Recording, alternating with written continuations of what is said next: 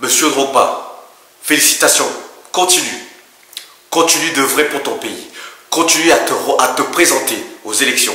Continue avec force et vigueur à essayer de faire changer les choses dans ton pays. Bonjour, mon nom est Alain. Aujourd'hui, on va un peu discuter, je vais donner un peu mon point de vue à ce qui concerne les élections de la Fédération ivoirienne de football. Tout d'abord, avant de discuter de notre sujet du jour, je tiens d'abord à vous remercier de l'intérêt que vous avez porté à ma précédente vidéo. La vidéo sur laquelle je parlais de Bouba Kamara, qui a décidé de signer pour le Sénégal, de jouer pour le Sénégal plutôt que la France. J'ai vu que c'était des choses, c'était des sujets qui vous tenaient à cœur autant que moi. Donc, je tenais aujourd'hui, sur cette vidéo, vu qu'il y avait beaucoup de commentaires, j'ai répondu à certains, je n'ai pas répondu à tout le monde, à vous remercier globalement sur cette vidéo. Continuez à me suivre, c'est très important, ce sont les sujets qui nous tiennent tous à cœur. Voilà. Revenons donc à notre Didier Drogba, notre cher Didier Drogba, et la Côte d'Ivoire. En fait, aujourd'hui, moi, ce que je vais essayer d'analyser par rapport à mon point de vue, justement, c'est juste que mon point de vue, ce n'est pas la vérité avérée. C'est que, par rapport à cette élection, Didier Drogba, on va pas dire que c'est une défaite. C'est une défaite, certes, dans les urnes, mais ce n'est pas une défaite pour l'Afrique. Pourquoi? Parce que, quelque part, il faut regarder ça dans l'ensemble de ce qui concerne l'Afrique. Au Cameroun, on a Samuel Eto'o, qui a réussi. Même au Sénégal, on a Aliou Cissé, qui est sélectionneur. Parce que ça fait des années qu'on se coltinait des entraîneurs étrangers. En Algérie, on a Belmadi, qui fait du bon travail. Donc, en fait, ça veut dire que quelque part, cette génération-là a envie de faire des choses. Donc, Didier Drogba s'inscrivait aussi dans cette dynamique-là. Donc, aujourd'hui, on ne va pas dire que tout est acheté. Non, tout n'est pas acheté. Il faudrait que Didier se représente la prochaine fois, qu'il soit soutenu par d'autres joueurs de sa génération. À ce qui concerne les élections en elles-mêmes, qu'est-ce que je voulais dire par là? C'est que on ne va pas tomber à bras raccourcis sur les dirigeants africains en disant « ouais, ce sont des dirigeants corrompus ». Parce qu'on sait que ça fonctionne comme ça partout. Le foot, c'est du pouvoir. Le foot, c'est de l'argent. Donc, qu'est-ce qui se passe à ce moment-là? Vu que c'est du pouvoir, de la politique et de l'argent, forcément, il y a des coups bas. Les coups bas qui arrivent, que ce soit en Afrique, comme en Europe. On l'a vu ici en France avec Le Gret. Le Gret qui ne sort jamais de son mandat. Alors qu'il y a eu des anciens joueurs, il y a eu des gens qui sont présentés, qui étaient à même plus de mieux gérer la Fédération française de football. Vous voyez que lui aussi, il a fait exactement la même chose, c'est-à-dire qu'il a mis des bâtons dans les roues à toutes les personnes qui auraient pu le défier.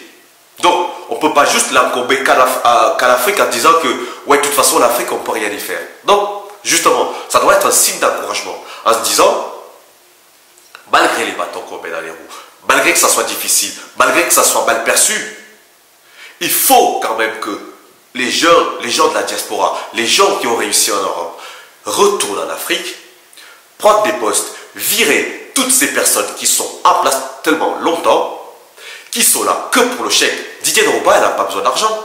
Didier Drogba n'a pas besoin de notoriété.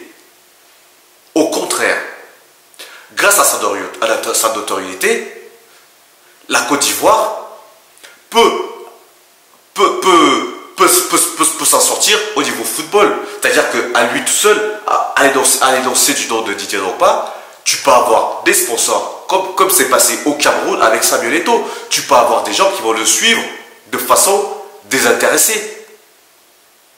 Alors qu'aujourd'hui, les gens qui sont à la tête, ils ont fait leur preuve, c'est-à-dire, ils ont fait couler le football de club en Côte d'Ivoire.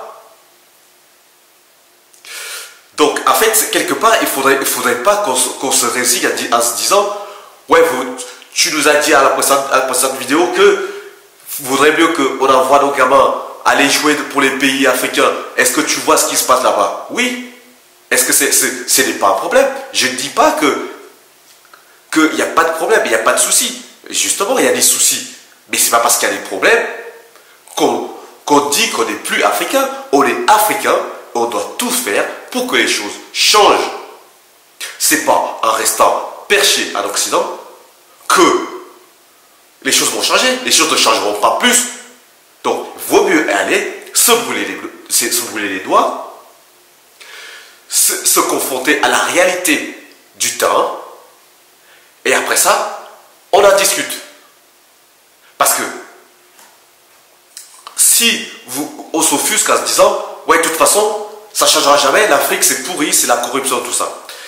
La question que je vais vous poser, c'est tous les joueurs africains ou même les joueurs noirs, pour élargir globalement, ou même les Arabes, qui sont entraîneurs après leur carrière en Europe, il y en a combien? Il n'y en a pas beaucoup. On compte Antoine Kabouaré, on a vu Zidane tirer à tous les balles tout le mal du monde à y arriver. Donc, en Europe, ce n'est pas mieux non plus. Donc, on ne pourra pas forcément impacter en Europe. Chose qu'on peut faire chez nous, malgré les difficultés. On n'a pas dit que parce qu'on vient de la diaspora, on va vous ouvrir les bras. Non, il faut se battre. Il faut se jouer des coudes pour pouvoir trouver notre place, parce que cette place nous appartient aussi. Donc, c'est ce que je voulais dire. Il ne faut pas voir cette non-élection de Didier Drogba comme un fatalisme, en se disant, de toute façon, regarde, Drogba, malgré que ça soit Drogba, avec son nom, avec son aura, avec sa notoriété, si lui n'arrive pas, ça veut dire que nous, on ne pourra jamais y arriver. Faute. Ça, c'est une grosse faute. Il ne faut pas penser comme ça. Il faut toujours penser à se dire que ce continent nous appartient à tous. Tous ces gens qui sont en place depuis trop longtemps, qui sont de connivence avec les dirigeants occidentaux, ça, il faut le dire, ça. Ils sont de connivence, ils sont de mèche pour garder l'Afrique dans la stagnation. C'est pas avec eux qu'on va continuer. La plupart de ces personnes-là, ils ont un certain âge. Moi, les gens que je vise ici, c'est la nouvelle génération, la future génération, les quarantenaires, les cinquantenaires, ou même les plus jeunes pour ce qui concerne les équipes de foot.